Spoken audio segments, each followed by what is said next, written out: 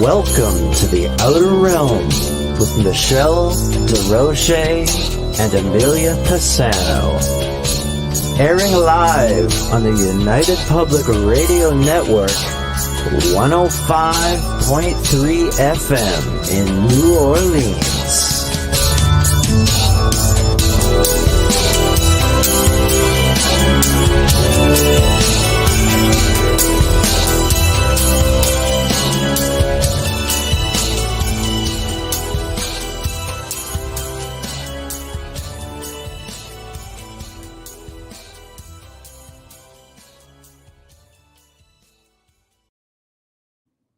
Good evening, everyone. Welcome to the Wednesday night segment of The Outer Realm. We are broadcasting live on United Public Radio Network, 105.3 FM from the beautiful city of New Orleans.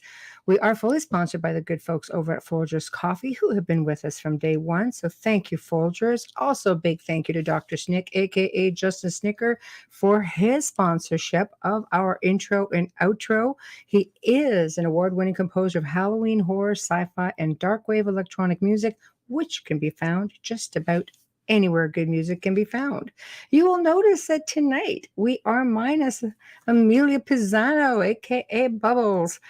Having internet issues seems to be an ongoing thing, but you will find her in chat on UFO Paranormal. So if you'd like to interact, get yourselves over there and interact with her. We will be posting her questions up from the chat room as they become available. We do have 8 different platforms here for the chat, which of course is UFO Paranormal Radio. Of course, we've got International Public Radio. We've got numerous Facebook, News on the Flip Side, UFO Paranormal, Outer Realm, of course, Canada's Most Haunted, Joe Montaldo, UFO Undercover, UFO Paranormal. I think I said that one already. Anyway, we see them all here in chat. So please just go ahead and light her up. We'll get to you for sure. Tonight, we have a really special woman coming on. I just love what she does. Her name is Elly Molina. She's going to be discussing how she teaches parents and children to harness their intuition. Basically develop the intuition, harness skills such as remote viewing and telepathy, which is kind of cool, telekinesis, all that fun stuff. It just sounds kind of cool, but you think to yourself, God, kids are kind of young to be doing it, but apparently she says no, and she's going to be talking about that with us, which sounds pretty exciting. So chat room is already lighting up. Yeah, Bubbles in the house. There she is. So we've got Janie. We've got,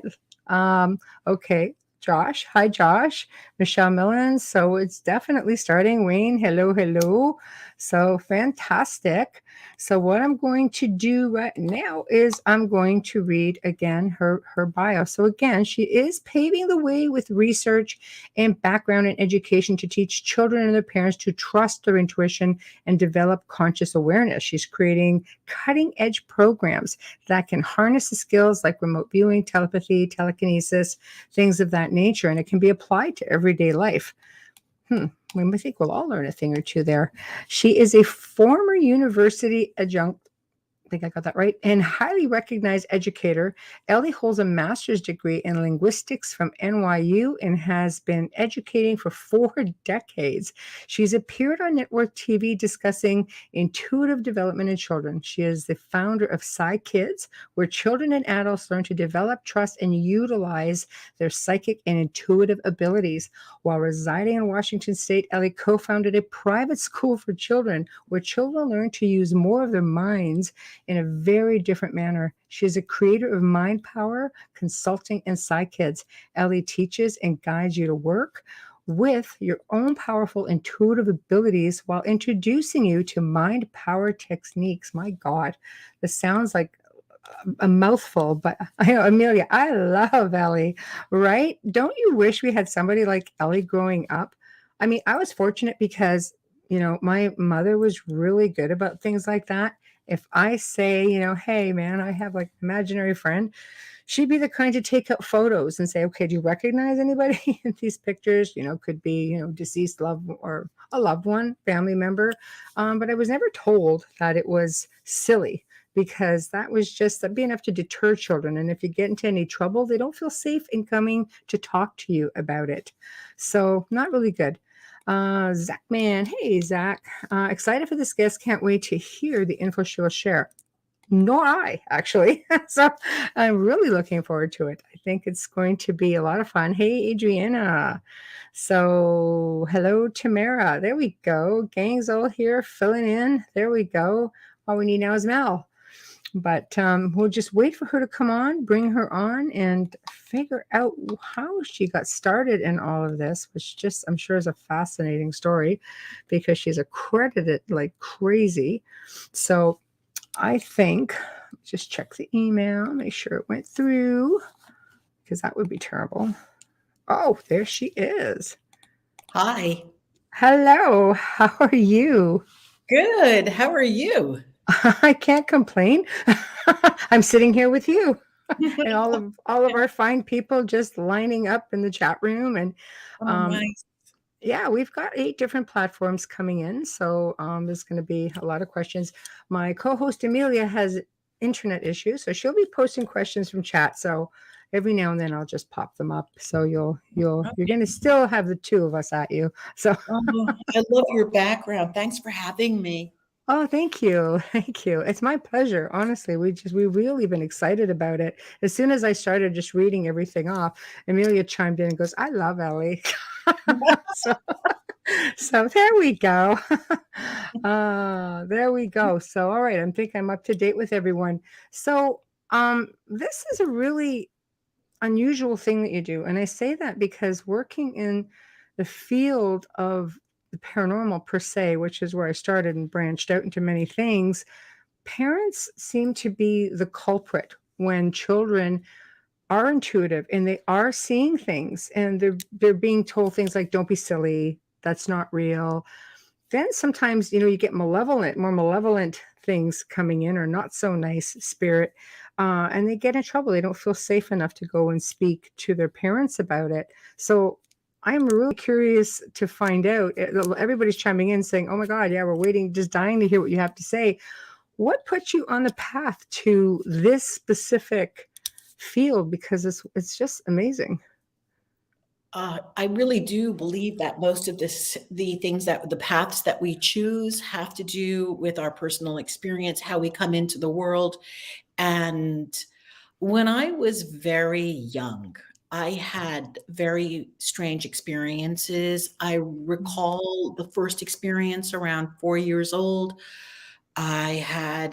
I walked with a dead woman who at 6 and held her hand as we walked down the street. And I asked her, I said, I thought you were dead. And she said, well, the dead walk. I mean, this was not the language a 6-year-old uses.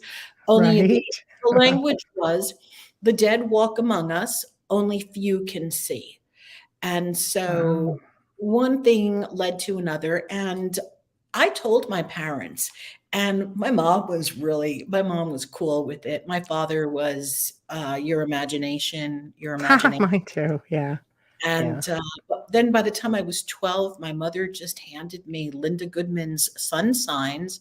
And this is back in the day when we had to do astrology by hand. We would get an ephemeris and cast a chart. So by the time I was 12, I was really indoctrinated into the occult. And I mean, this is back in the day. And, Right. and I did a lot. I have to tell you, in one hand, my parents were very encouraging because I did have a TV set when I was 10 in my room. And we're talking in the 60s, right? And I got to watch Alfred Hitchcock, One Step Beyond, The Twilight Zone. And that was my nightly viewing. I love it. I love it. But that's pretty much what paved the way to where you are today. It really was. And then things took a more conservative path. I mean, it wasn't cool to be psychic, and I was psychic, and I Right. was telepathic, and I did use all of these tools with my friends. Not all of them, just the ones that wanted to play with me, play telepathy. And Right. then by the time I went into a regular career, I chose something very normal, which was teaching, because I do love to teach. And it was in the classroom back in the 80s where I would see the kids were doing activities that were very telepathic.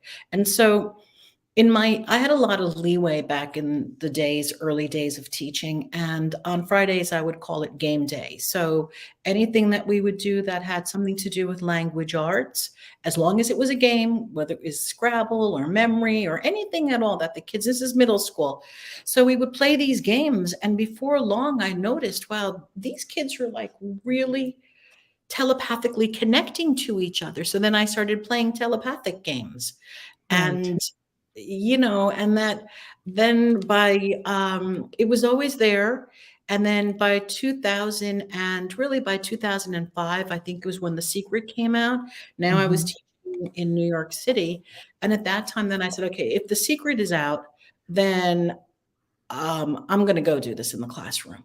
And it was still very conservative. It was affirmations, law of attraction, all of this. And I had a very open administrator, and the kids were scoring really high on the language arts. And these are interesting things because we did English language assessments, and my class's scores came in really high. So it was one of those stand and deliver moments where, what are you doing in the classroom, Molina, with these kids? And I said, affirmations, we're doing these affirmations, and the test scores were high. And so she said, okay, you know what? We're going to give you the opportunity to do an enrichment program called The Power to Create. This is New York City, middle school. So I created a program, The Power to Create, and I took it one step beyond, meaning, okay, not only are we doing affirmations, but we're going to do remote viewing. We're going to do telepathy. We're really going to start to use our mind in a very different manner. And Michelle, that's where it all started, really. And how did the parents feel about that? Because I think my mom would have been cool with it because her side of the family is really intuitive. So was my father's. He just would never talk about it until I was much older. But was it well received? Because, I mean, a lot of parents are just like, oh, that's not a thing. You're being silly to think that you're seeing things. You just didn't talk about things like that back then. Right. It was like the family secret. Exactly. But by 2005, when I was doing it, the way that I was approaching remote viewing and telepathy, it was so scientific, basically. So that it was, I always like to bring in the neuroscience as much as possible into this, so that it's not in that space of like, oh, woo-woo. I mean, we know that so much of this can be explained scientifically now. And so that is where I went with it back there. And so the parents were okay. They were fine. As long as their kids were producing and getting better grades in school, it was okay. It was an enrichment program. So that's not. And the people that come to me, Michelle, they are the people and it was an enrichment program. So they had to ask for parental, they had to ask, they had to choose. So the people that come to me are really, they want the work. People who are not into this work, they're not going to come. They're not even going to look twice. Right. Well, I would imagine that would be attributed to religious backgrounds, belief systems, that sort of thing. Did you run into any resistance with really hardcore, people with hardcore religious backgrounds? No. The only place I've ever seen it, seriously, the only place I've ever seen it are on YouTube comments. All right, where people will be commenting and I don't read the comments any longer after I saw that. But I remember I was doing a podcast and I was a guest, and the comments were that this is the work of the devil. And I don't even know if those were real comments or if those were just bots like trying to stir up trouble, because in my personal life, I've never encountered anyone to say, well, that's the devil's work. And, that's not, those are not the people that I've ever attracted. So. That's pretty hardcore stuff for sure. We have a question in chat. Here we go. I guess we should be explaining some of this for those who don't know. So what's telepathy or remote viewing? Maybe we can break down telepathy, remote viewing, and telekinesis. Okay. And just to get everybody on board. Right. So we have a common language. So we'll start with We'll start with remote viewing. Okay. Remote viewing does not require any psychic skills or intuition other than training. So anybody and everybody can do remote viewing. And remote viewing is being able to see over distance, time, and space without our actual eyesight. So we can put blinders on, or we can put blindfolds on, and we're not even.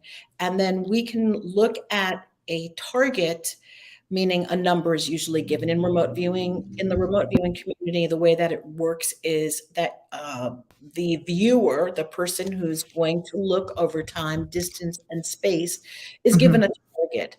And that's just in the training. I mean, in real life, somebody's going to say, "Hey, look for my lost cat."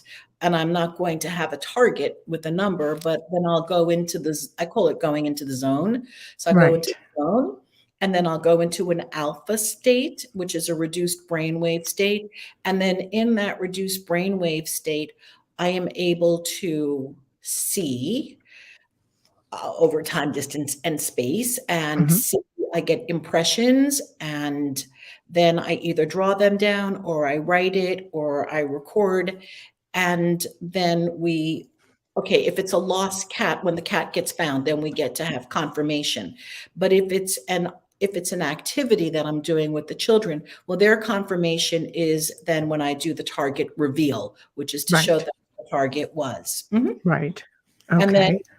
And then telepathy is just the transference of thought over time, distance, and space. So, for example, I don't remember his name. Jose, was that? Josh. Yeah, Josh. Okay, Josh. Oh, no. Sorry.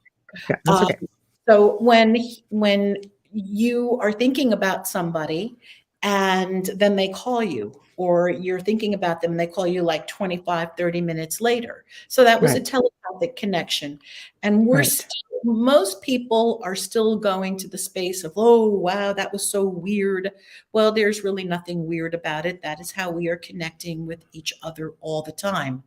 So it's not weird. You could be thinking about somebody and then an email from them pops up at that exact moment in your inbox. So that is telepathy. And then telekinesis is being able to move objects without touching your hands over time, over space, just over distance. And again, there are different forms of telekinesis. So, for example, spoon bending, you have to touch, unless you're Uri Geller. I don't know anyone who does not touch the spoon.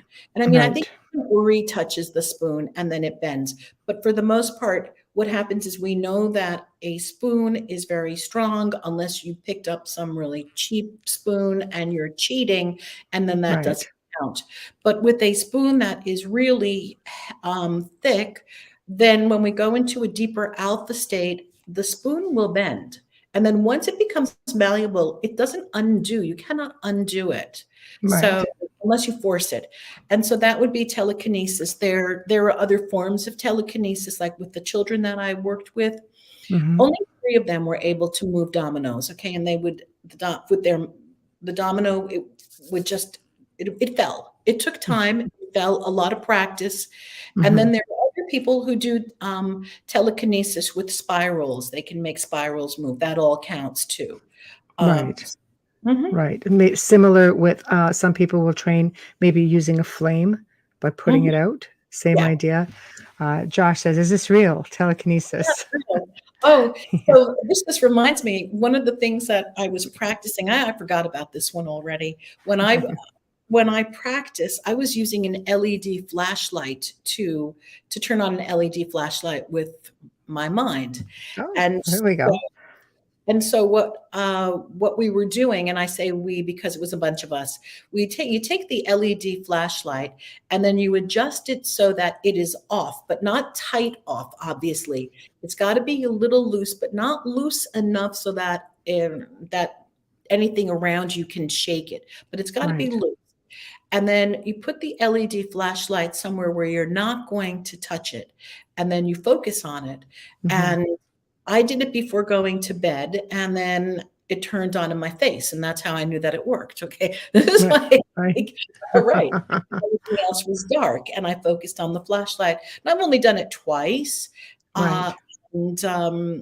but then again, because sometimes, Michelle, I'll say to myself, well, why am I doing this? Okay. So why am I spending my energy and my time turning on the flashlight? Okay, you did it twice. Check. All right. Now That's maybe done. you'll do something that will be manifesting something of more importance, maybe help to heal somebody. Because again, telekinesis is you can use that for remote healing. The same thing for remote viewing. We can use that for healing. So I always look to use these techniques for something of a higher consciousness. So the phenomena allows me and the children that I'm working with to realize how powerful we are. And it is a wonderful feeling to know how powerful you are. It's kind of like imagine walking across a bed of hot coals without burning your feet. And then It's like a superpower. it is. All And kinds, right? it is. And when a person can bend a spoon or see over time, distance, and space and get the answer correct, something happens in our bodies. We get like a Mhm. real adrenaline hit. And that feeling provides real empowerment. And then, you look at certain things in life. You're afraid to look for a job. You're afraid to Mhm. speak up. Why? Why would you be afraid to do that when your mind is so powerful that you just did all of these wonderful things? It's So true. Mm. I use the phenomena to teach consciousness and to raise conscious awareness. So the Mhm. phenomena of spoon bending and psychic abilities, yes, we raise our consciousness, we empower, we get empowered, we feel really Mm. great. We realize how powerful we are, and then we get to use it for things that are more important in life. Right. Right. I love it. The remote viewing we're very familiar with, so that's awesome. Would you say remote viewing is out of body? I'll read off the questions for those who are actually just listening tonight and who aren't on YouTube. So, is it like an out of body experience? I guess he's asking. Yeah, it can be. Not necessarily, though. It Mhm. depends on the remote viewer. All right, it really can be. It can be an out of body experience where because there are remote viewers who have gone to the location out of body, Mhm. and so yes, it can be, but it doesn't have to be. Okay, great. And can people levitate with them through your mind? Well, Some here's the people thing, do. Joshua. Here's the thing. I have never seen anyone levitate for real, but I Mhm. do remember many years ago when I started studying transcendental, and I'm dating myself, many, many, many years ago when I started studying transcendental meditation through the Maharishi Mahesh Yogi, there were people who claimed and they had a film. That was before we had Photoshop. So there were films then that showed a group of people who had been doing transcendental meditation levitating. And like I Right. said, this is before Photoshop and the ability to manipulate all of the films like that. So I've never seen anyone levitate in my lifetime. Do I Mhm. believe it's possible? Yeah, I do. I think it just takes a lot of practice and really reaching a certain level of uh, It deep. is. I Yeah. think it's like, yeah, of consciousness zenning. I mean, you have, Tibetan monks who have been said to be able to do it, but I mean, you have to think about the type of, you know, work that they're doing. They're doing this every single day for hours a day to reach a Mhm. certain level of consciousness. I imagine, we are spiritual beings on having a human experience. So I imagine we really could take it to the next limit for sure. Co-host Amelia Pisano, what kind of effect does this work have on you physically? There we go. Good Oh, question, oh Bubbles. It depends on what kind of work you're doing. So, for example, physically, when I'm doing a lot of remote viewing, um, I get tired. Yes. So, because I am in a different state, in a different zone, Mm, but at the same time, when the remote views are hits, I always feel very alive. So, and again, when we're doing the work, we do spend a lot of time in alpha and in deeper beta, deeper brainwave states. So it can also be very meditative. I mean, here's what I've heard. I've heard a lot of, and I don't know if this is true. I've heard a lot of people say, oh, psychics pick up all this energy. And so it affects the body, and you have to do this and you have to do that. And that may all be very, very true. So when we do the work, when I do the work, I always start with a prayer. Now, again, this is different with the children when I'm working with the children, because I'm not going to get involved with their particular religious beliefs, but we do work with protecting ourselves and putting white light around us and working in white light. So in terms of how does that affect me physically, I don't know. Right. I think you just get so conditioned to doing it. You just soldier through, I mean, for me, any work that I do energy wise, I found I'm very dehydrated after, though. She also has another question. This one actually came first, but I'm trying to just keep it all in tune. So how do you deal with the naysayers? That's a good question. Okay, thank you. So here's what happened over the years. I've been doing this for a long time. In the beginning, I would fire hose them, meaning, no, this is true. Let me convince you. This is the way that it is, and people can really do this. And now I don't say anything. It's like, okay, because it really comes down to, if you don't believe it's possible, then it's not going to be possible, because it won't be there for you. Right. So mindset. Yeah, I don't even deal with naysayers anymore. I like it. It's not for them. It's either for you or it's not for you. And if it's not for you, then that's okay. There are other things for you. Move along. That's all I'll say. Go. Move along. Yeah, it's not for everybody, right? That's why you have so many different things. I do it nicely, but Trish is one of the other hosts here on the network, and she has Peace of Mind Monday nights. I think this happens often in the paranormal investigations by the living by accident, because so many are focusing on the light ball, etc. Yeah, I think, again, mindset. Mind you, I think it's like psychokinesis, also projecting energy and doing like amazing things that way. People don't even realize they can do that.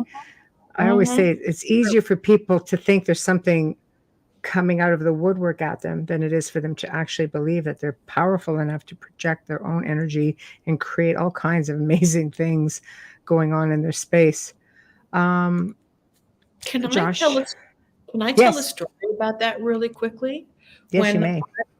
When I was growing up, my best friend at that time was going through with her family, was going through a difficult time. And again, we were in the realm. We were playing telepathy, if you want to call it, and we were doing all kinds of these. And when she would go into the kitchen, cupboards would open, and the refrigerator would open. Okay, of but all things, the cupboards would open, and her parents got freaked out, and then they did some investigating. I don't know who they contacted. I really don't remember. But I do remember my friend saying to me, my parents think it's all of my excess energy, and that the energy in my body is creating all of this, and that this is what happens when kids go into these teen years. And I said, okay, son, what do I know? As a kid, we were both kids. That sounds good to me, right? Oh, can you do that like at will?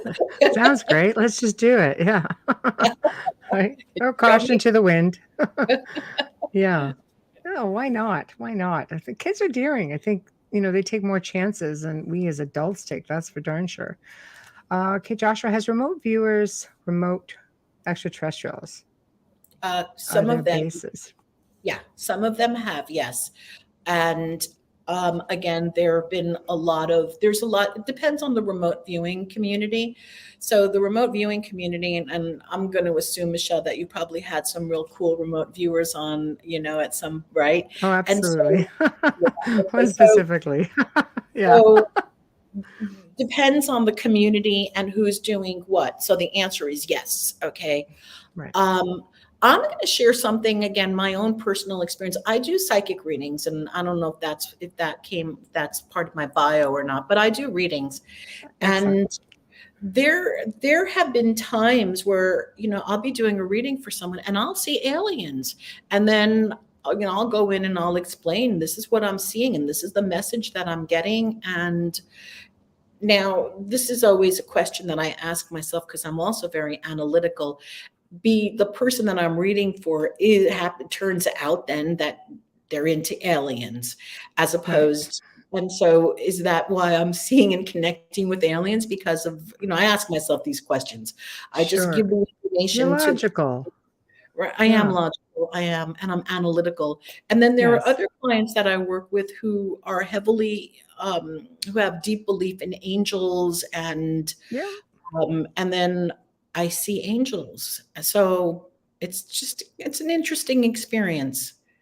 It is. And there's a huge belief that they're one and the same.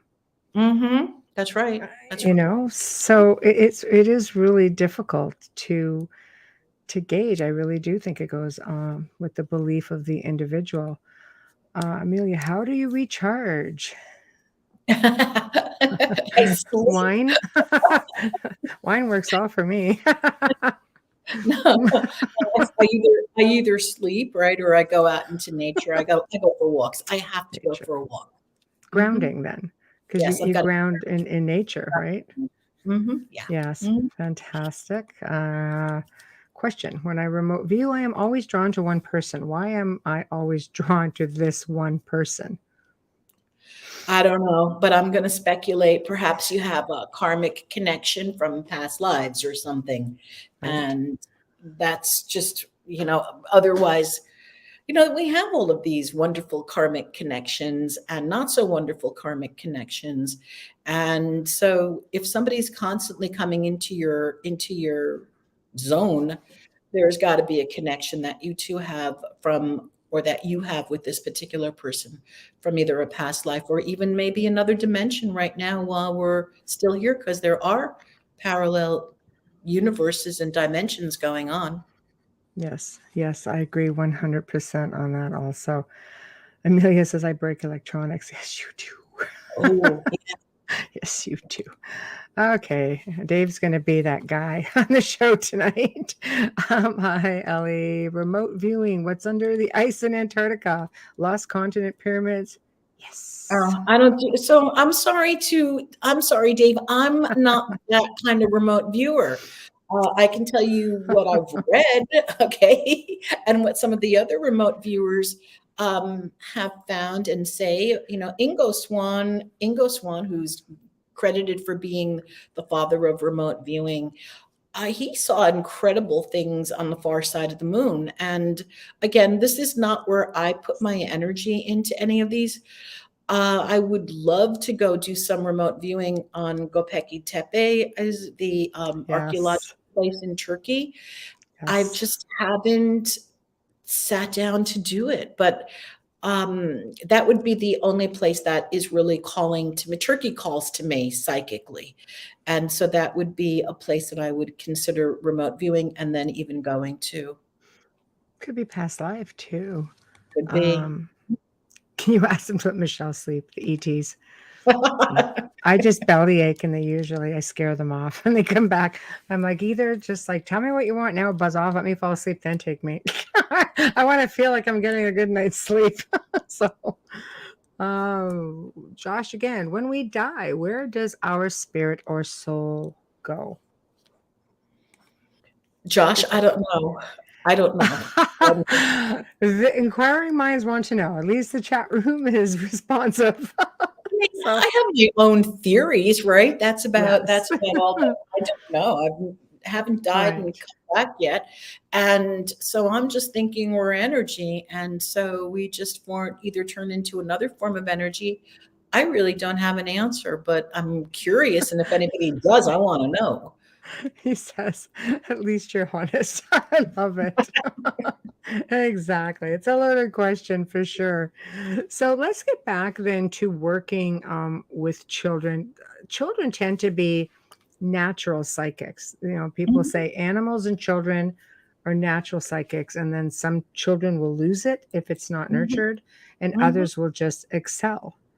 Right, Right. right. So Mhm. how do you know which ones that I mean, I'm sure there are tests you can do, but is there something that you can see in a child right off the bat and know, "Ooh, here's a loaded one that we have to nurture," as opposed to some that just resist it, they may fear it, you have to pull it out of them? Okay, so those are the children that I don't work with. All right. Right. So again, here's the thing. It's not that, it's just that the kids who come to me, they have to come at this point in the game, and even before I was teaching at a private school, they have to come because their parents want them to have it. So the parents have Right. to have some level of wanting it. Now, if the Right. child is resistant and they're only in the program, and when I'm doing a program or I have my aunt, they're only in there because the parent wants it. This is not going to work. So Right.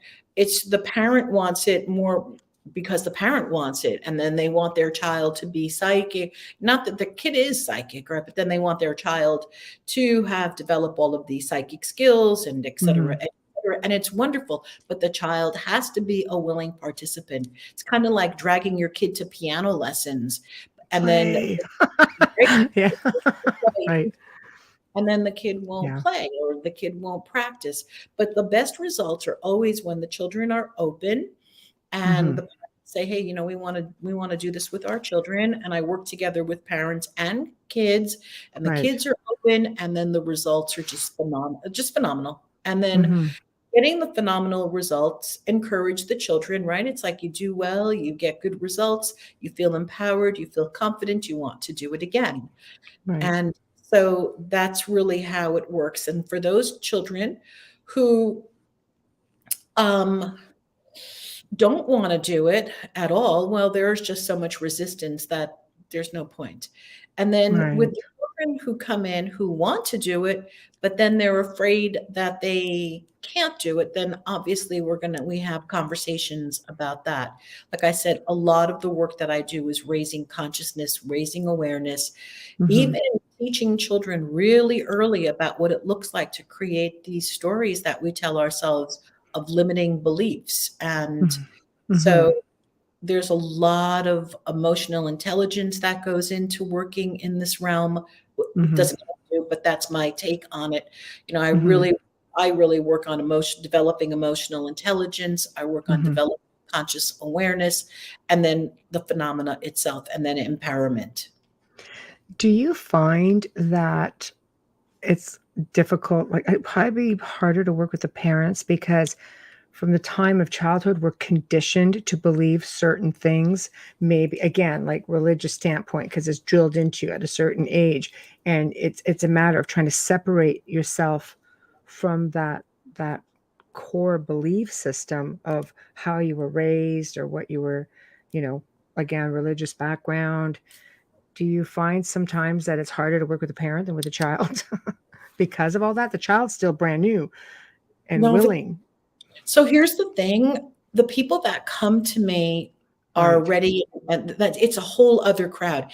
If I were gonna right. go into the Catholic Church with all of the don't and anyone who's Catholic and listening to this, do not, this is not no offense That's taken. no, it's okay. They're used to it. I do it all the time. But if I So, were gonna go into let's say a yeah. highly religious institution, Yes. um, well, I don't know that I would even be talking about these things, all right? I'm not sure Mm. because I don't Right. go there, and I'm not sure that that would be my audience. So basically, the people Mm. again, we're attracted to people who vibrate on our frequency, who have Right. interests that we have. So the people who find me are really open, and they want this for themselves. They want this for their Mhm. kids. They want this. This is what they want. Oh, I've met a lot of people who think they are more than ready. I deal with people every walks of life, pretty much 7 days a week, and as much as they want to do it and they'll work at it, sometimes it's just trying to pull away from the core belief that always plays in the back of the mind, as I know I've had to work with people and working with children Mhm. trying to get them, to just don't make your child feel silly. they're really gifted, and sometimes they're so gifted that that little beacon in the darkness that attract a lot of things, and you have to Mhm, learn how to work with them, mhm, right? yeah, Instead of yeah. instilling fear. So, let me see. All right, just try to get to this so I Can I don't fall behind. can I Oh, just go to a little thing that you were saying? So you yes. work in the paranormal, and Different fields, but yeah, okay, paranormal as well. so then I'm gonna just assume, and doesn't mean don't make a don't assume Yeah, anything yeah. because you know what that means, all right? I do. I do. I However, know the old saying. the hell, right? So what I'm thinking, here's what I'm thinking. If I'm a parent and I am very, very interested, super interested in the paranormal, then there's a high chance that my children may be seeing something because Mhm. that is the conversation that's going on, that is our life. Then I would be coming to someone like you. Right. People from the paranormal do not find me either. They don't find Right. me. Right. So that's the Right. and right. So it's again a different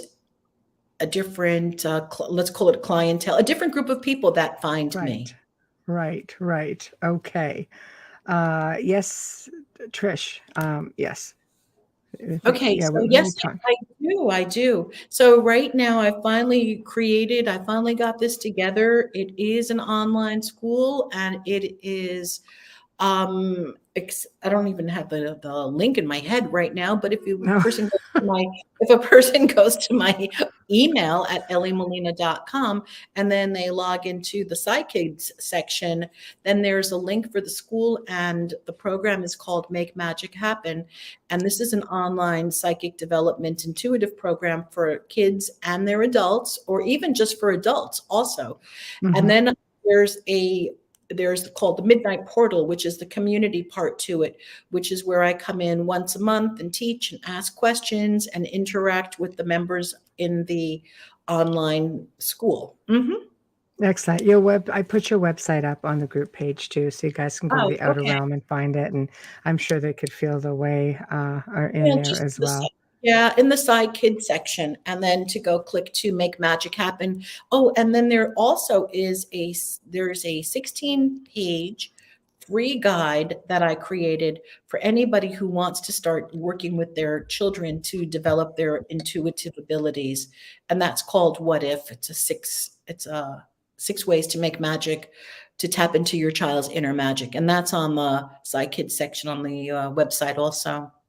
Okay, that's fantastic. All right, just guys, find it on the Outer Realm. You know where to go. Um, so, what you say you teach them and you have lessons? Is that Mhm, something that you can share with us? So, obviously, you start from point A and you gradually hone in and harness those mhm, skills. mhm. Where do you typically start? Focus. Recognizing the abilities, or No, just see, anybody can do this. We all can do this. right, However, we need to be trained. All right, we need right? to be trained. And so where I start with kids as young as 3 years old. And Wow, now they that's don't fantastic. do, yeah, they have to progress, because if they don't, you have to have language to be able to describe what you're seeing. And Yes, as a of course. 3-year-old, you're not going to be able to pick up. Most 3-year-olds are not super artistic enough to be able to draw what they see. So, where I start with a 3-year-old is in focus and concentration. And again, this is where I have really cool activities in that 16-page free guide that are accessible, and you can start at age 3. So, the first thing that I always work with is focus and concentration, because we are not taught. I don't know about you, but most people have never been taught how to focus and how to concentrate and how to move your awareness intentionally from one thing to another.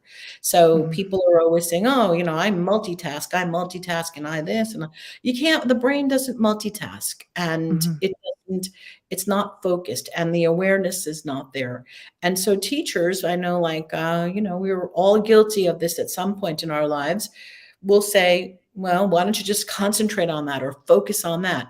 But does anybody really teach you how to focus? Does anybody teach you how to concentrate? So that's where I Right, start. And the right. first exercise that I do with the children and the adults is called tucking away your body. So what does that look like to tuck away your body?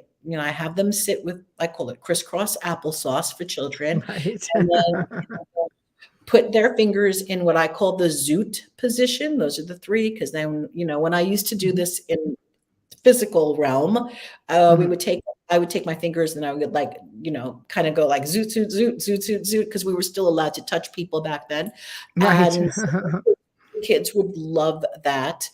And we would call it, put your fingers in the zoot position. It made it happy. It made it relaxed. It was fun, crisscross applesauce. And then we stare at an object. So if we had a fake candle and we're in a group over here, we start staring at a fake candle. And the idea is to start to sit quietly, tuck away your body for about, well, you try it for a minute to 2 minutes. Imagine a Mhm. 3-year-old. And then comes the conversation. Well, what did that feel like? We're not moving. We're not itching and scratching and fidgeting. We are absolutely sitting still. And the beauty is that, again, think about the Tibetan monks and all of the monks and the yogis. The Mhm. longer that a human can sit still without moving their body, the experiences become transcendental. And so it's in this zone that I teach children how to tuck away their body to begin consciousness. And so then it becomes a transferable skill, because now you can sit, you have control over your body. If you have control over your body, you have control over your emotions. And this begins the beginning of emotional intelligence. And Mhm. so the lessons start to build up on this. And Mhm. then we go from there, we start moving into seeing over time, distance, and space, again, with remote viewing. And it's all tied into meditating. Not, I wouldn't call it meditating. For adults, it's meditation, all right, because Right. we got to get into alpha through meditating. But for Right. children, it's actually just sitting still. Right. Right. All righty. Trish, wow, thank you. My daughter would get in trouble in school from the time she was in kindergarten for moving things with her mind and such. Teachers would call me, hold conferences, that she was a disruption to class. I would imagine that Mm, that happens a lot, right? So that's again where you come in to help them focus all of that energy so they're not so, I guess how do you if they have to go to a regular school, do you right. work with yeah, No, I didn't. I taught private school and I have my own programs, and no one's ever called me in to work with kids that were moving objects with their mind. I did work with autistic, and I will come circle around and ask this question. I think yes. it's not Well, really a well, question. yeah, she's making a comment, yeah. I will talk about that in a second. However, I was going into schools, and well, one particular school, and I worked with an integrated classroom where there were autistic and children with a attention deficit ADHD, Mhm, and we would do this work there, and the results were amazing.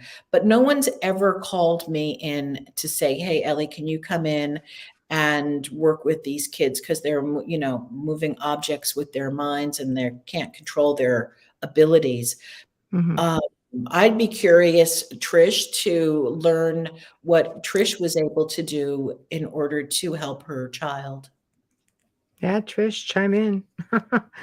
Yeah, it is difficult, because you have a private school, you're in a certain area, you have these kids who do have to exist in a regular curriculum, regular school, dealing with I hate to say regular people because we're all exceptional in our Mhm, own unique ways, but not everyone has an understanding of how to deal with children with these amazing abilities.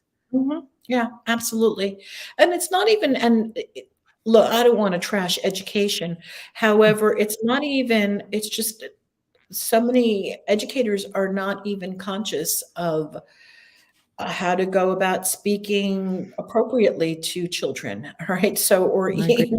so I there's agree a with you. lot of that, and I spend a lot of time working with kids with language and thought. That Mhm, again creates reality. The words that we speak matter, and so there's again that raising of consciousness, and so mhm, are word, like in my book, for example, Children Who Know How to Know. And there's an entire chapter devoted to language and thought and words to use, words to lose, why Mhm. language is important, why language creates our reality. And so I would teach this. This is part of what I teach the children also, even in the online program. Mhm. And Mhm. unfortunately, there's still a really large percentile of the population in Western culture that doesn't believe that our thoughts create our reality and that what comes out of our mouths matters. So, Right. Yeah, mm, it is really difficult. She says, unfortunately, it only caused her to have self-esteem issues, so she suppresses it more at school by default, I believe. yeah, I can imagine. So, Trish, that'd be interesting to have her really participate in a program where she can thrive. Like really to use these abilities to hone them so that she can use Mhm. them. They're fabulous. I think that's just it. We only use and rely on our physical senses. We live in a Mhm. physical place, makes sense, but there's so many other abilities that naturally are there for us to use, and we're just taught to suppress them or ignore them. Mhm. Definitely suppress, but use them. So okay, a whole other conversation going on in there. So okay, so please continue. So you're working with these belief system. What is your hope? At the end of all this, you're teaching them to use their minds and these incredible Mhm. abilities in a world that's is just so difficult. Do you think that the world is evolving to the point where these really gifted children can exist comfortably and continue being functional? So I have to laugh. My son said, I have three sons, and they're adults. And my oldest son said to me the other day, we were celebrating my grandson's third birthday, and it was his first birthday party ever because of COVID. So Right. we were at the birthday party, and I was doing my thing, and then my son said to me later on, he goes, "Ah, you live in utopia, where the Oh, things." okay. Right. And I said, "I know, I do. My world is very utopian." And my hope is that we begin culturally to really come to terms with learning how to deal with our human potentials, and that we have unlimited human potential. We are capable of incredible things, that when Mhm. we start to learn this at an early age and that we become confident and we can use this, we can circumvent a whole lot of problems. Do I think that this will happen during my lifetime? I'm just going to keep working at it, okay? And not that much has changed since I began this work, but yet a lot Mhm. has been changing lately. I'm going to say I started this work back in the 80s. And when I first started this work in the 80s, I mean, I was like from another planet. The only thing that I had going for me was Stranger in a Strange Land, and I believed that Robert Heinlein knew what he was talking about and that it wasn't science. And Right. that was my, it's like, okay, this is all real, and he's Mhm. hiding in a book, but all of this is real. And Right. we're going to be able to move objects and hold our breath, and we're going to be able to do all of these things, and we're going to be able to disappear in the fourth dimension. And I um, just really continued on with this belief all my life. And Right. so do I believe all these things and more are possible? Absolutely. And it's just a matter of us having conversations around it and learning how to do it and being open to learning how to do this. Mhm. And what is the benefit, do you think, for children moving forward, in doing this? Well, M I you think know, I'm more just gonna functional adults in society? oh, absolutely. Compassionate adults? Oh, absolutely. But let's talk Right. about adults first for a moment, okay? Because Oh, that's where it please. starts. So, Yes. so Yes. one of the things when adults have these abilities, or like we're not. adults develop these abilities, there Yes. comes an understanding that they can start to manipulate the energy field around them. So we no longer have to function in this third dimensionality. We can function through the quantum field. So you want to have, I have clients, for example, who have had incredible results, jobs opening up that were almost impossible to get. I've had clients receiving green cards without ever going for an interview. Okay. I've had people erase debt. Okay. And some people come into large sums of money, and you could say, well, how did all this happen? I don't know how it happened. We just worked through the quantum field. We know how to do this. You can train yourself to work through the third dimension. Mhm. So when we start to do this really young as kids, and we start to gain control over our emotions and what's possible. So you know what? Getting really good grades is going to be easy. If you still want to go to college, going to the college of your choice will be great. You don't have money, there will be money for you. How? By using the power of your mind and using your abilities in the quantum field, that money will come. It's called manifestation. So, Yes. That's what I and was waiting for. right. Yeah. Mhm. And then we Is it don't need to be working in 3D all the time. And those people who do, people who choose to live in the third dimensional realm and plod through nine, and Mhm. believe that this is the way it is, the hamster wheel, and we can never break out, and it's Groundhog Day every day. Well, Mhm. that will be up to them to continue that belief. However, I do know from personal experience and working in this realm for so many years, there's another way. Right. You know this too. Right. I do. I do. And I think that's where people struggle is the manifestation part. They just can't seem to get away from I just think it's just everyday life conditioning. Mhm. You work, you work, you work, you work. You're not really allowed the time. They don't want you to think. They don't want you to think. They don't want you Right. to use these abilities, right? So, Oh, absolutely, absolutely. I mean, yes. we can look at the entire look at schools as it's an institution. So Yes. that is what a school is, an institution, and it is geared to produce certain results. It's a political machine, Yes. and it that's how it runs. Exceptional people and worker bees. That's right. Exceptional Mhm. people will get pushed one way, worker bees will get pushed another way, right? Absolutely. Mhm. For sure. Tamara, we don't use all of our brains. So the question is, what would be the results of using the full capacity of our brains? I have no idea, but could you imagine? We probably wouldn't need our bodies. No, it's true. Just evolve into probably we hit 6 or 70 at that point. Well, and do you remember I don't know if you've ever read Tamara, Masters of the Far East? It's a 6-volume book. It's about these masters in the Far East who they leave their bodies. They have out of body experiences. They travel telepathically. They do teleportation, and supposedly the book is real. It's also not real, but people have said that these experiences in the book were based on true accounts. However, the Mhm. author had to hide this, so he created a fictional account. But if you ever read Masters of the Far East, some of these, this is what's possible if we start using more of our minds in a different way. Mhm. There we go. Amelia, have you ever communicated with another remote viewer while at the same location? Have I ever communicated with a I'll leave it remote? up for you. There, if you can see it. Well, I'm not quite sure I understand. Okay, so I just did a remote view.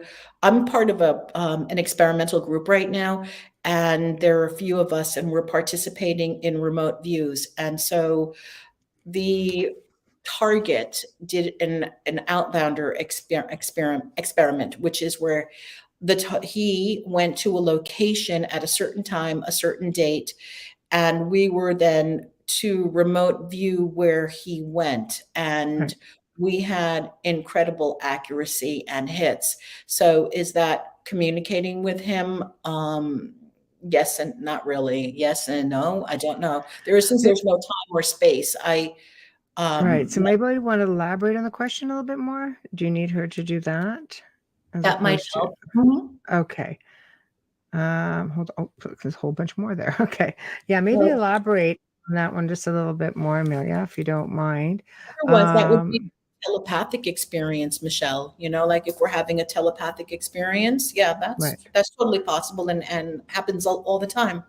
Right. Right. Oh, she goes, oh, there we go.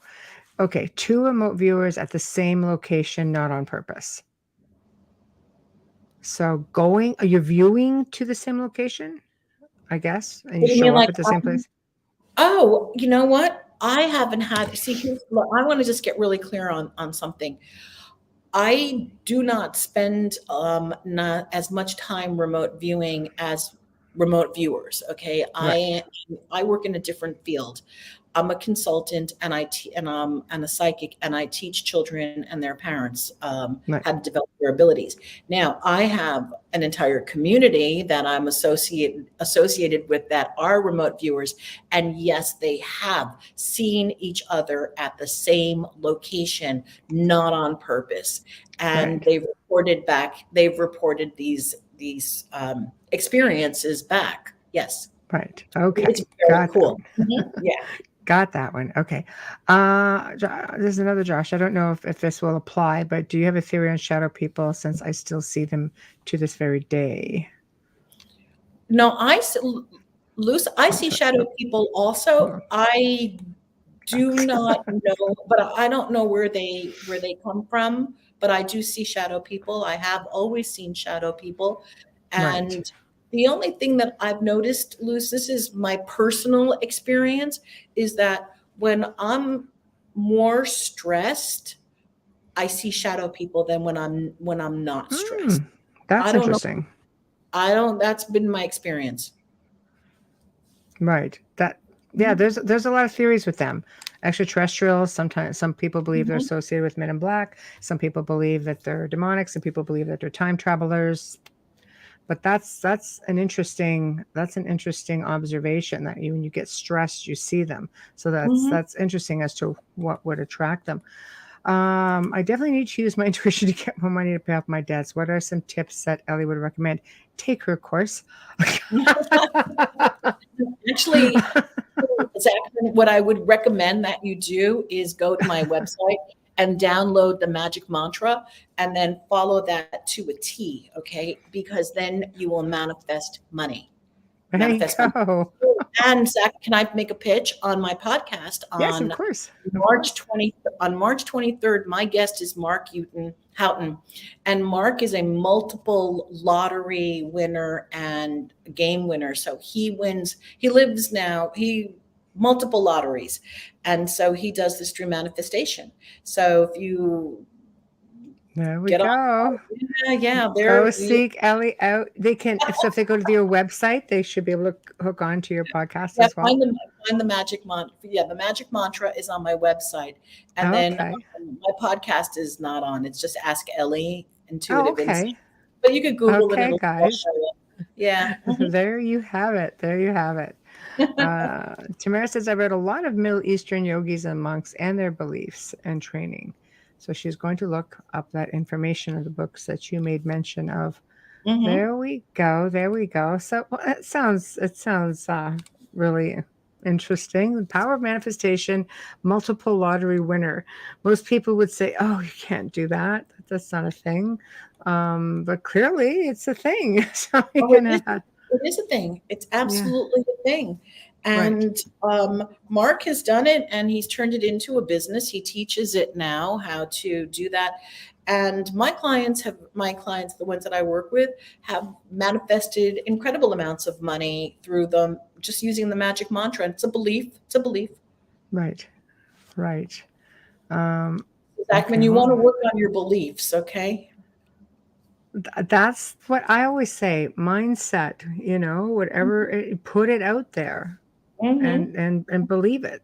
It's kind of like the old thing that your parents used to tell you: say what you mean what you say, follow through, that sort of thing. Believe it. Yes, actually, I saw that. Ancient Aliens just had an episode on that topic of shadow people, is what he's talking about. They're also talking about the black color being from a cloaking technology and that their forms can come through completely in the visible light spectrum, so they appear as a shadow of their true forms. I don't know. Have you had any extraterrestrial experiences, Ellie? No, just no, I haven't. Really? I've Do you know for never, sure? no, I don't know for sure, but I've never consciously had, um, the only, look, I'll tell you, the only time I've ever thought that You're in the hot seat, you know. There we go. Yeah. The only time I ever thought that I had an experience with an ET was when I downloaded Dr. Stephen Greer, is that his name? Right. Yes. Right. And I Dr. did Stephen Greer. right, and I did the meditations. I was doing the meditations, and something happened, and I could have sworn I was visited. But was it my imagination? Was I in the dream state? I don't. Never happened again. I've They never seen an alien. they say that if you put it out there, because they're telepathic beings, Mhm. and that they will definitely respond to that. Have you ever seen a UFO? Um, I saw lights when I lived in Washington, yes. But now here's the thing. I lived right next to Fort Lewis.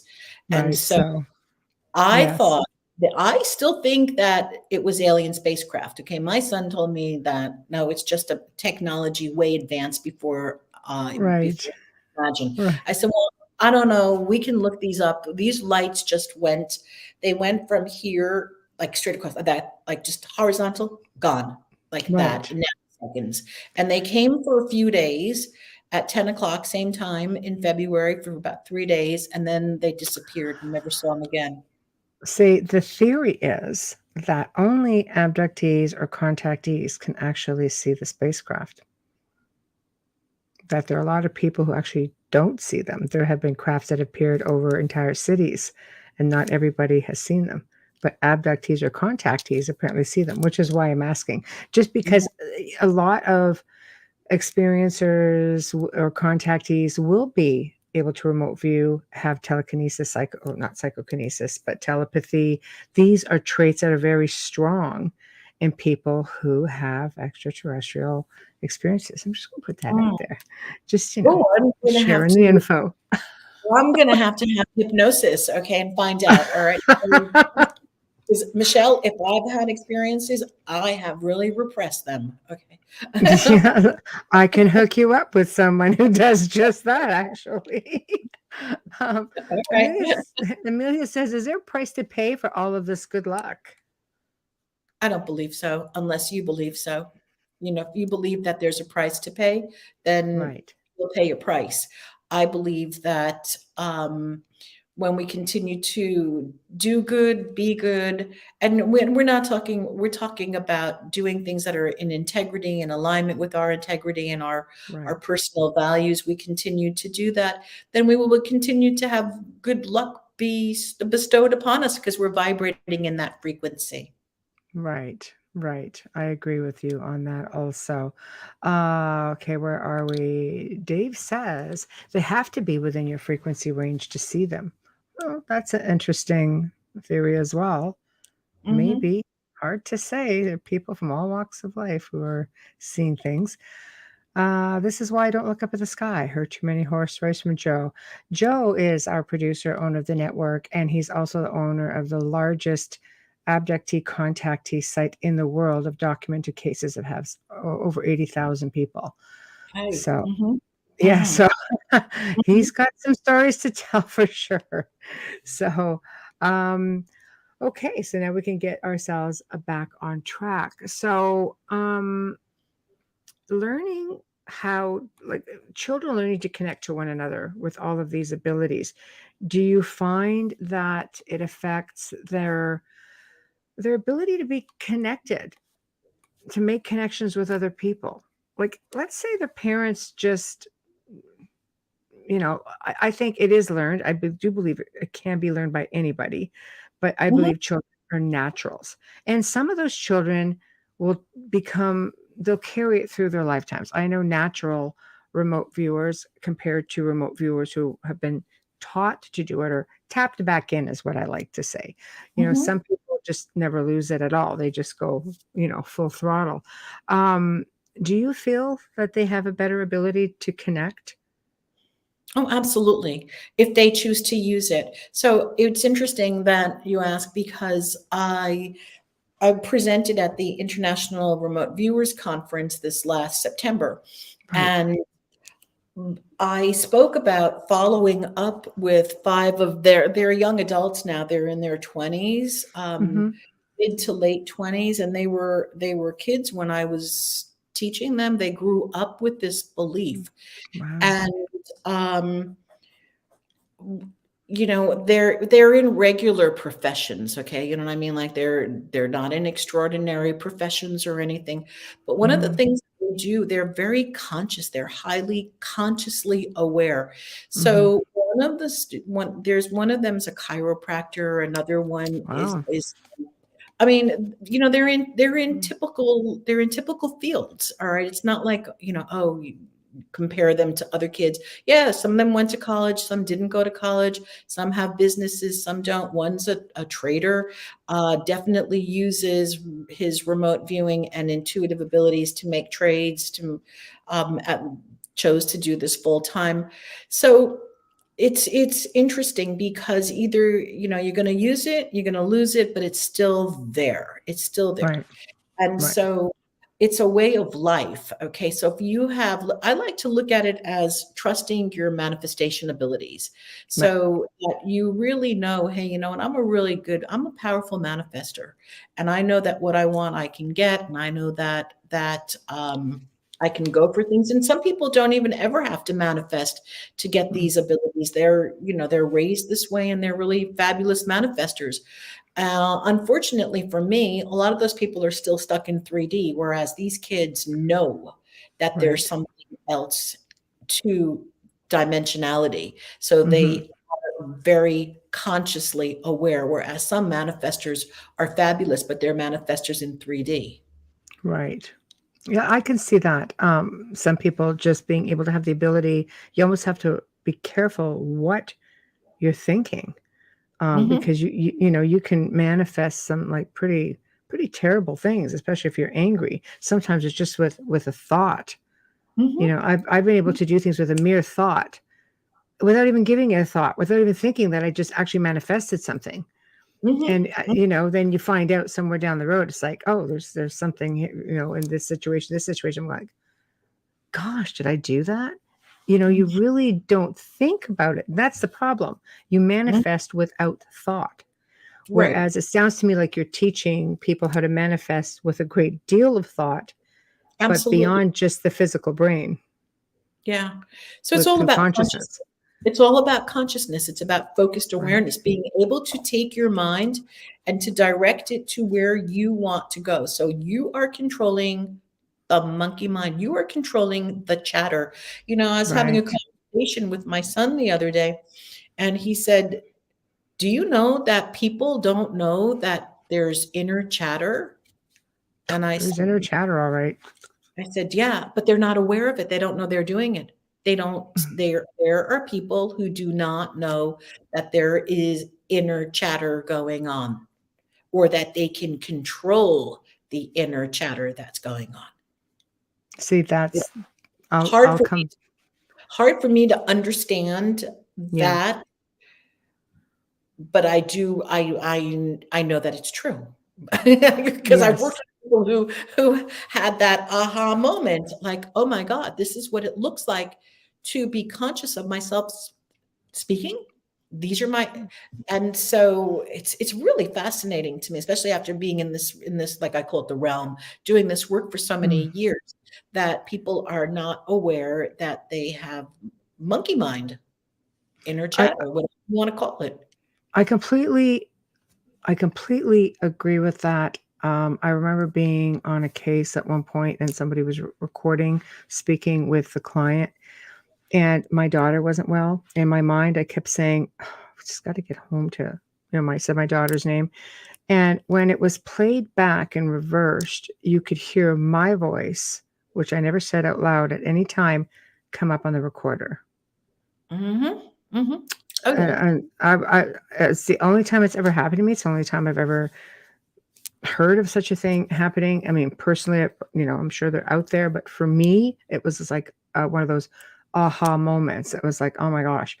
Anyway, getting back, Amelia says, I appreciate you saying it's a way of life because for some, it's very difficult to turn off. And natural remote viewers are often called daydreamers as children. All kids daydream. So Yeah. all children daydream, and we do it. We daydream too, except Yes. that then children are taught not to daydream any longer. Isn't it sad? I think that's very sad. Very sad. Meditation cures the monkey mind. It does. I Meditation, agree. absolutely. And Amelia, white noise helps with inner chatter. I Yeah. believe so. How about hearing things dimensionally? Because sometimes, you hear things. Like for me, I could hear things, and I know I get this from a lot of people, where you're hearing conversations, you're hearing old music, you're Mhm, hearing things that mhm, sound like radio broadcasting. Maybe you're picking up on airwaves, mhm, not necessarily within your space, but maybe in your space in a different mhm, dimension. mhm, What about mhm. that? I Talking don't. about the I don't inner. know. I don't You know. I don't know? mean, Okay, fair I enough. just Fair know enough. that I know that. No, I know that it exists. I mean, but Yes. I don't have an answer as to what it is. Look again. That gets back into my personal belief, which is Right. that there are way more things than you and I can see, and there is stuff happening between, and even in my own home right now, between Right. myself and the computer. There is a world Right. of possibility going on in there. So yeah, it's interesting because this morning I walked into my bedroom and I smelled my mother. And Oh, my mom's been she's deceased. She's passed on a few years ago. And it was like right. there's nothing in my room that Mhm. belongs to her. So Right. it's not like, oh, I got all her clothes hanging in my closet, and so I smell my mother. And it was like, Right. and I have said this to my son so many times. And then when my son came to visit me, he walked into the apartment and he walked into the kitchen and he said to me, "I smell grandma." And I said, I said, like, I'm not the only one. Thank you. "You smell grandma?"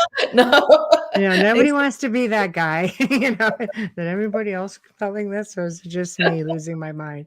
but I Oh don't my gosh. I can't explain that, Michelle, but it's Right. it's not unusual that all of a sudden I know that other people have these experiences also, that we can, hear or Mhm. smell and feel the presence of someone else. Yeah. Mhm. Right. Right. I have to do a very quick station ID and Mhm. sponsor ID. For those of Mhm. you just tuning in, you are listening to The Outer Realm, and our special guest tonight is Elly Molina, and she is talking about how she teaches parents and children basically to develop their intuition and hone in on abilities such as telepathy, remote viewing, telekinesis.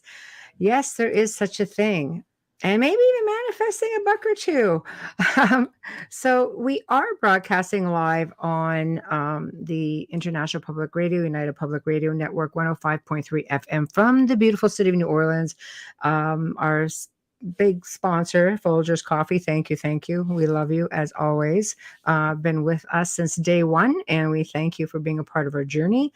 Also, Dr. Snick, aka Justin Snicker, an award-winning composer for our intro and our outro.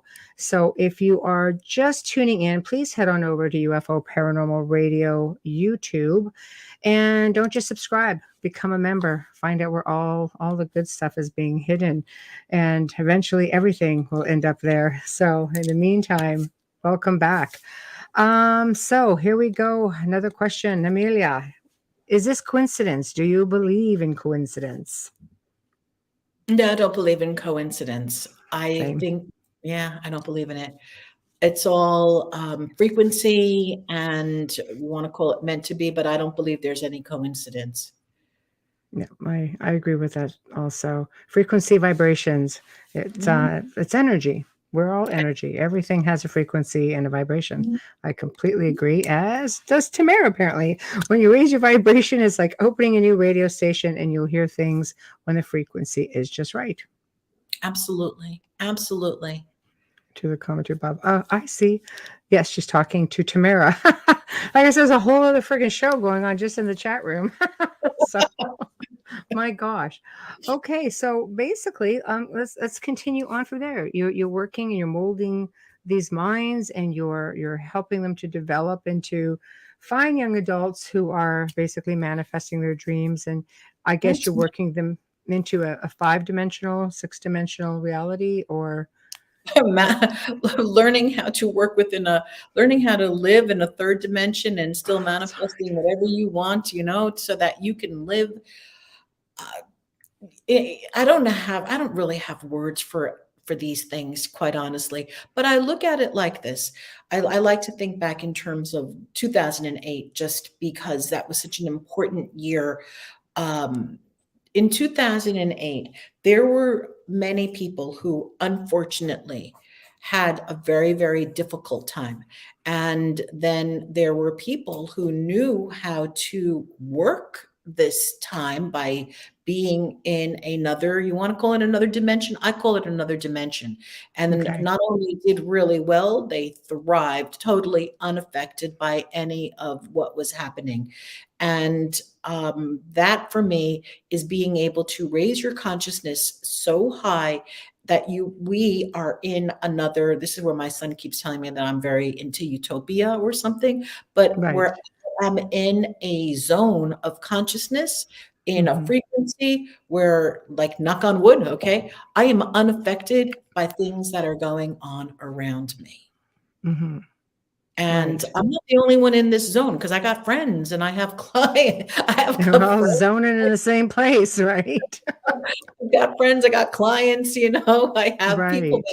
that are in the Right. same zone with me. Yes, and then we Right. go step into third dimensionality. And Mm-hmm. like, whoa. Hmm. Right. Right. I have to give it a shot. Okay. What was another one I was looking at? Luke made a good point. All right. Here we go. Let's go back to Luke's comment.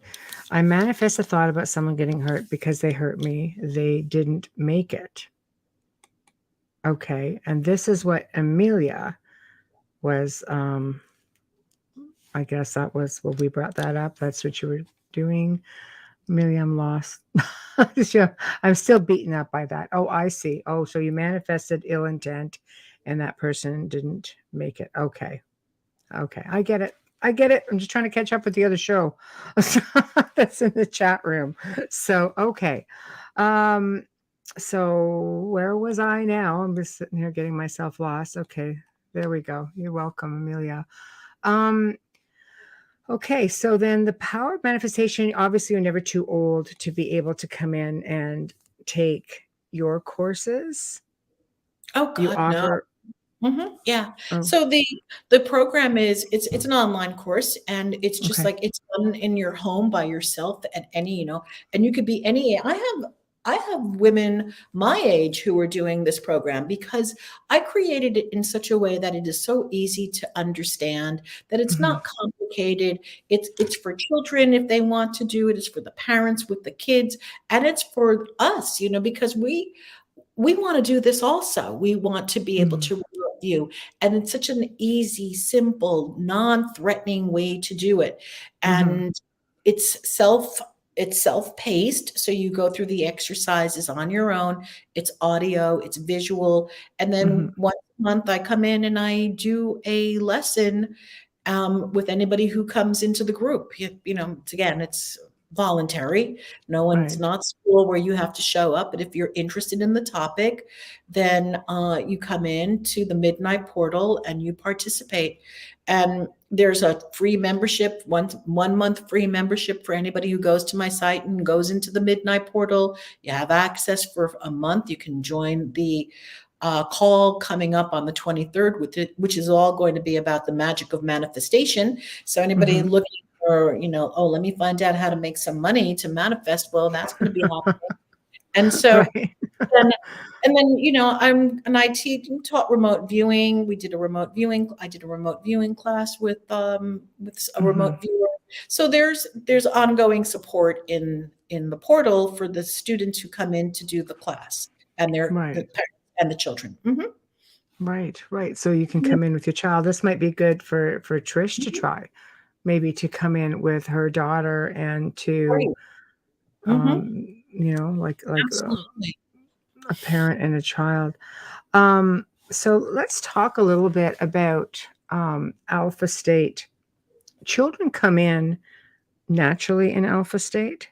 Mhm. Yeah. And it's a slower brainwave state, and we reach alpha by meditating. And children will stay in alpha up until puberty. And then when puberty starts to happen, that's when they go into beta, Mm-hmm. and then they're going to have to go and meditate also. So in order to get back into alpha.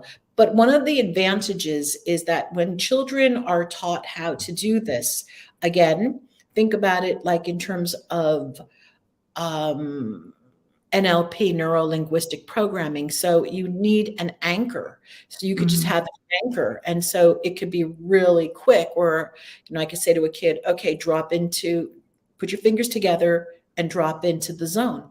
And Mm-hmm. then because of the programming, the brain, the way it all works, the kid can do that and they can have access to that. But I want to tell a story that has, Please. okay. Yeah. So I was doing an online psychic development course for adults, and we were in the middle of doing a remote view. And so because it was online, I put up just a picture of a manila envelope. And the task was I had everybody drop into alpha through a meditation. We did a group meditation. Everybody was in alpha. And on the screen was an image of a manila envelope. And then it was time to come out of the alpha state and start to draw what the participants saw or imagined to be in the manila envelope. Okay, now it was an image. So, lady's drawing something, and her 5-year-old kid does a walk by, and he says to her, "What are you doing?" And she goes, "Oh, I'm looking in that envelope. I'm seeing what's in the envelope." And he sits down and he goes, "Oh, that's easy." And he takes a piece of paper and he starts to draw a figure. And then then he said he couldn't write yet. He was 5 or something. He goes, "Write down power and dragons." Well, and she said, "Oh, do you want to see what my son did?" And he said, "Absolutely." Well, then I did the target reveal. And the target reveal was a picture of a figure, it was a toy of Jon Snow from Game of Thrones. The kid had drawn the black part of Jon Snow's head. He drew a sword. He drew the figure that looked like Jon Snow, and then power and dragon. Okay. Power. Right. Who knows the story of Jon Snow? No, I mean the Yes. kids didn't even know. All right. And Yes. everybody in the group, everybody in that on that class was blown away. And I was like, this is what happens when the kids they just know. They just Right. mhm. Yeah, they So don't really have to work it. They're just natural, you know.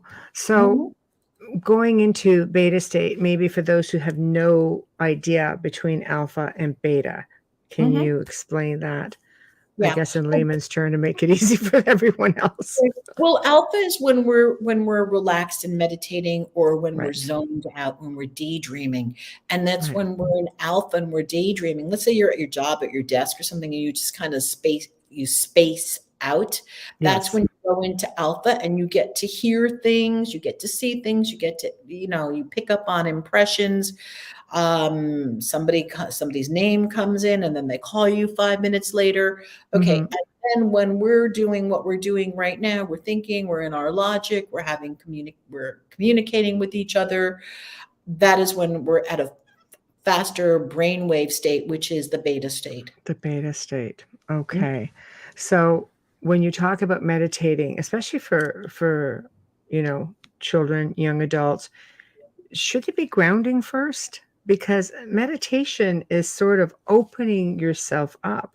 Is there a concern when you're working with them that maybe something can come in and manipulate their thoughts or try to get into their subconscious?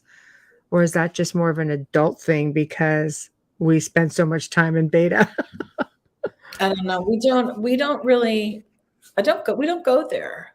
So Right. we go to, for example, if we're going to be doing, we go to tasks. If we go to, let's say we're working we're doing a project together. So we want to Mhm. remote you to heal. We want Right. to remote you to help. Sure, we say, I call it saying a prayer, putting yourself in white light, protecting yourself and grounding yourself. Yes, we do that. Um, and then again, now here's just my question, and I don't have an answer for this, but Mhm. if people have a very strong sense or belief in demons, again, what we focus on, we attract. So if Mhm. one has a very strong sense of demons and evil spirits, well, then there's a really high likelihood, in my opinion, that you're going to be pulling in from that realm. I do not Right. work in that realm, so I don't pull in from that realm. Right. And I I'm love not that. frightened by pulling in from that realm because they're not allowed into my realm. Right. No, I love that. Again, it just comes down to mindset. You just set your boundaries. It's the way it is. You just Mhm. stick to it. So, how do you work with people who are, let's say, you're telepathic, you're hearing things? Mhm. How do you differentiate what your mind's voice is as opposed to your Oh, elevated? yeah. Okay, so this is again, do I have words for this? Not really, Michelle. But for Okay. example, I go into the dark. So I no longer, I used to read for people like one-on-one like this. I would look at a person and read and do that. And that was back in the day. I used to be a California psychic, and Right. we have pseudonyms when we work for California psychics. And so when I worked for California psychics, that was really where I'm going to call it. That was where the big training came because those calls come in, and we have nothing to go by other than the sound of a person's voice, if that's even an indication, which it is. You know, you can, and you know a lot about a person just from the sound of their voice. But that was really, for me, that was on the ground training about, because like I said, those calls would come in, there'd be like a moment to maybe clear myself quickly, wash my hands or something, and then have that next call come in. So it was during that time, during those years that I worked for California Psychics, that I realized I work better, I call it in the zone and in the dark, in the seeing. So what that looks like is when I'm doing a reading, I will not look at anybody. I go into the dark, and I really, if somebody's here, I put my head down. I prefer not to have, like if I'm working with a client, I prefer not to have the computer screen on, and Mhm. to just go into the dark. I turn off the camera, and I will, we talk, we can record. I'll come back and look at you later. But while I'm going into the work, I go into the dark. And there is, I don't have words for this because it is so clear that it is not me talking, because there are things that I say that I would never, ever even, like, I Mhm. wouldn't even think of this in a million years. Like, it wouldn't enter my Right. mind. I don't know the client. So why Right. would I be telling them about people that they know, Mhm. circumstances, using free? I don't know this. Mhm. But what about for that newbie who you're trying to teach? You've Mhm. become conditioned, so you have an understanding of which is which. What about for, this newbie coming on board and they're not trusting what they're hearing because they don't know where it's coming from. They don't know, is this just my own thoughts? Is this really something else? Is like, Right, especially with telepathy, am I really communicating with someone else or what am right? right. I agree. And that's where you need a good mentor that to bounce it off of afterwards, to have that Right. conversation. So I worked with people who, I have trained a couple of people that later went on to work for California Psychics. And Right. again, the conversation is, how do I distinguish what I'm Yes. hearing and what's in my, and it's just training. And then it's training, it's confidence, it's getting that feedback. Yes, you are right. You were right the first time. Don't doubt yourself. This was right. So Right. it is practice. There's a lot Right. of practice. Mhm. Excellent. Amelia, how do you keep children from not pulling in and basically it's to that realm? So I guess we're talking about the lower realms, the dark realms. How do you keep children from not pulling that in when you're teaching them? I don't know. It just never happened for me. Right. I have not had that experience out of all of these years. I have not had that experience. Oh, No. fantastic. I love it. Yeah. Trish is back. As far as taking Elly's courses, I'm highly interested. My daughter works with me a lot with mediumship and intuitive art, but I'm still mom. So we need an outside coach to stay focused and prevent us from communicating telepathically in chaos. Then Elly will again at the end of the show tell us how to get to her. But if you go on the Outer Realm page, you'll find her website. That's a little cheat right there. I love that they communicate telepathically. Okay. And it doesn't have, you can train yourself so that it's not in chaos, Right. I'm actually, just FYI, I'm in the process of writing a book right now. It's a novel. And the mother and son are highly telepathic and communicate with one another. And yeah, it's fabulous when you can do it and you're both in consent with each other so that you're not stepping into somebody's thoughts that they don't want you to be in. But it's fabulous when you really get to that deep connection that you are telepathically, intentionally connecting. Trish, it's beautiful. Mm-hmm. Yeah, it's difficult because there are people out there who like to view or tap in when they shouldn't. And Paid, right? yeah, well, human nature, I guess, too, right? So, Mhm. but I also think that a lot of people just need to work on confidence as well. I get asked a lot about these things, and it's like, it ain't quite my thing. So I know I do what I can do, Mhm. but it doesn't put me in a position to start teaching. I'm very, very, selective about my own field, but definitely not in a position to teach anywhere near anything on, remote viewing and such. And if I'm telepathic, I communicate with other things and I do get the phone calls and things like that. And you think about somebody, but definitely not on the level where people think I am. So, no, not the one you want to communicate with about that. So, so basically, then, are you working on when people have done all your courses and you've, I guess you'll get to that point where you're like, okay, you know what? There's not much more I can teach you with what I offer now, almost like going from grade school and then going into high school. So what do you have for people who want to continue on, who just want to keep going the distance after you've pretty much taught them everything that you can teach them? Or somebody who's super gifted coming to you because they want a different perspective or to learn a different way? Well, so that's a great question. So Thank you. again, I'm not an institution. I'm just a me, right? So Right. nothing is institutionalized. Okay. There's the Mhm. online program, which is a great introduction. And I work with not everybody. I work with some teens, and the teens that I work with, we work together one-on-one with their parents in some cases. And it's a program and it's called Quantum Leaping. And the children that I work with are they have strong desires to manifest something. Okay, they Right. know what they want. There's real clarity.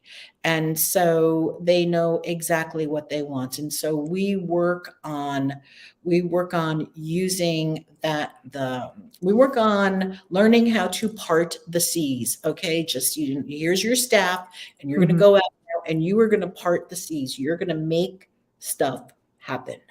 And so now this is not a program for everyone. Mhm. And it's not for people who are lost and don't know what they want, because It's not for me to tell anybody what it is that they want. But when kids come to me with their parents, again, this is parent, child, this is together, and they know what they want. The kid has to know what they want, Mm-hmm. not the parent wanting for the child. Does that make sense? Like, oh, I want my Yes. kid to get into this university over here. No, What do we do? it These are has to be kids the person. and these are kids, the few and I don't work with a lot. I've only worked with a few, and they've gotten amazing parts in Hollywood, and they're quite, but they Right. knew what they wanted. Right. So they have to have the focus, and they have to basically, They have to again, do it the comes down to that: say what you mean what you say, follow through. Yeah, you have to do the work. And the work is all, again, here, the work Mm. is all in the mind and in the belief, but you have to do the work. And that is the same with any adult. Okay. If you want results, you have to do the work. It's like going to the gym. You want to have a really great, wonderful body. You want to look Mm. like you're buff. You got to go to the gym. It's not going to happen by, you know, Right. watching a TV commercial for, it's like, Right. No, right. For sure. For sure. yeah, so Um, yeah. there you go. All information and links for Elly can be found on the Outer Realm Facebook page. Exactly. And Amelia is reiterating the program is called Quantum Leaping. So I guess this is just another step above, regular manifestation. Right. And the program for children and adults is Make Magic Happen. And that's with the Psi-Kids link. Right. Which would be, they can get that on your website also. Right. Okay. Okay. Perfect. I'm just really, I'm really pleased that you came on to the show, because I don't think I've ever met anyone. I've been in my own field for close to 20 years, and I meet people who are truly gifted individuals who everybody branches out into so many directions, teach so many amazing things. Every time we bring people on, we're always learning something, and that's what makes it that much fun, because you're teaching us, you're teaching, the listeners, when there's a lot of listeners. So it's not just what you see here. We have literally millions of listeners who tune into our live shows. So is there anything you want everybody to know? Well, here, this is the part where you just promote everything, because Okay. you have a lot of people listening. So All right. Well, I'm going to promote a couple of things then. Thank you for please. that opportunity. You're very welcome. First of all, if you really are a little frightened of getting your feet wet, but you are curious, definitely pick up my book, Children Who Know How to Know. It's available on Amazon. And it's an easy introductory book. It is for educators or parents or even anybody who wants to start to teach themselves and their children how to tap into these abilities. And it's a simple book. That's number one. Number two, if anyone's interested in learning to do this work online in a very simple, self-paced, very gentle, loving way, and has access to me, Make Magic Happen. It's, again, online program. It will never expire. And you do it self-paced, and I am there once a month. Tap in, you have access to me. And that is called Make Magic Happen. And that is available on my website under the Psi-Kids link.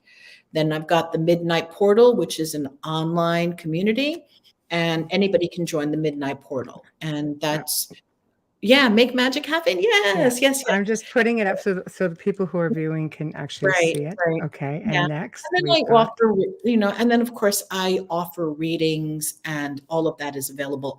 And quantum leaping, that's all available on my website. But for you, if you have any inkling and you want to start to develop your psychic abilities and you don't really know how because you're scared or you're frightened, come over to Make Magic Happen. Doesn't matter how old you are, because there's a child in each one. We are like those nesting dolls, those, and we are all ages inside of us. Sandra Cisneros, fabulous author, wrote a story called 11. And is it about a little girl who was 11 years old, and yet she went through all the emotions of being 3, 4, 5 on her 11th birthday. Fabulous story. And oh, Beautiful, beautifully written, fabulous story. And so the program, Make Magic Happen, brings the magic out for us, no matter how old we are chronologically, because we're Mhm. still children inside. I heard something so beautiful today. Someone told me there was this woman that they know who is in an 80, actually, oh, it was my podcast guest. We were talking Ah, about, we were talking about Helene Hadskill, who was known as the contest winner. She won every single contest that she ever entered. She was highly telepathic. She worked with Jose Silva from the right. Silva, okay? And Helene was an 84, she was a 25-year-old woman trapped in an 84-year-old body. Oh, wow. Yeah, and Wow. that was Helene's energy. And so, Wow. getting back, so circling back to make magic Yeah. happen, we can be any age chronologically and do this and make magic happen for ourselves and those around us. Right. I love it. I love it. So, okay. Well, thank you. Whenever you get your next book out, I think I would love to have you come back on and Oh, talk Michelle, about that. I can't wait to finish writing this book. It's in the works. And It can I sounds talk about, exciting. can I just share one thing? Do we still have Of time? anything you want. Oh, Yeah, the time. Yeah. so one of my main characters, I met a guy online who looks like my main character, and it just like freaked me out. And it was like, okay, this person is now going to be the, I'm not, it was just someone that I met randomly. Okay. But you know what? That was inspiration enough for me to like really get back into the book. Okay. And say, God, there are That's no crazy. coincidences, so how does, Right.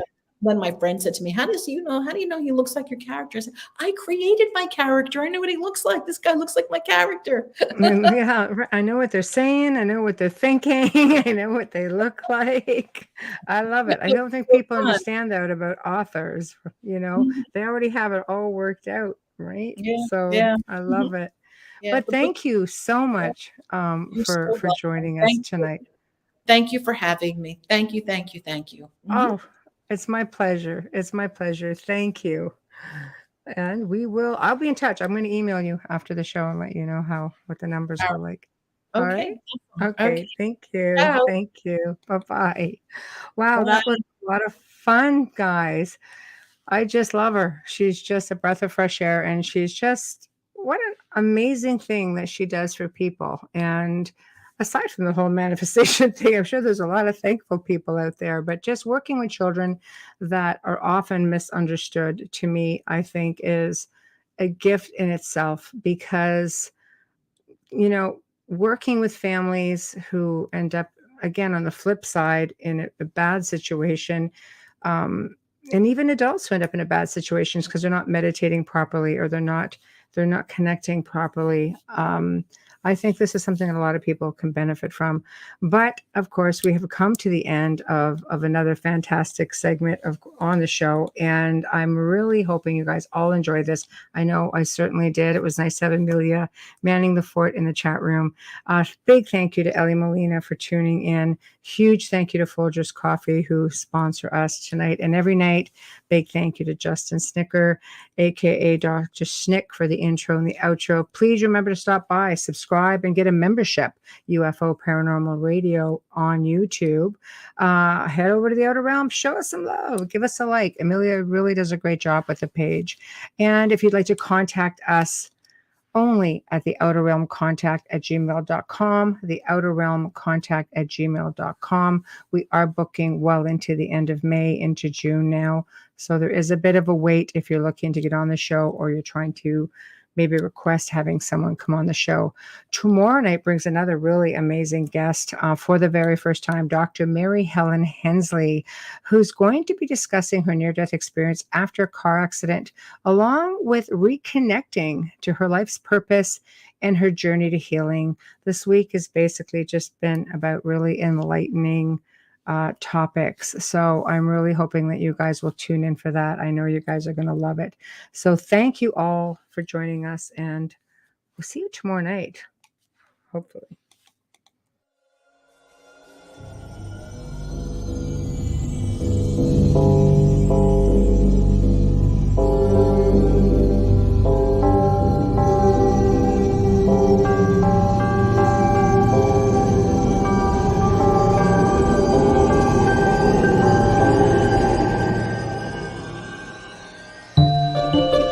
You have been listening to The Outer Realm with Michelle DeRoche and Amelia Pisano, airing live every Wednesday and Thursday evening, 9 to 11 p.m. Eastern, 8 to 10 p.m. Central, on the United Public Radio Network, 105.3 FM in New Orleans.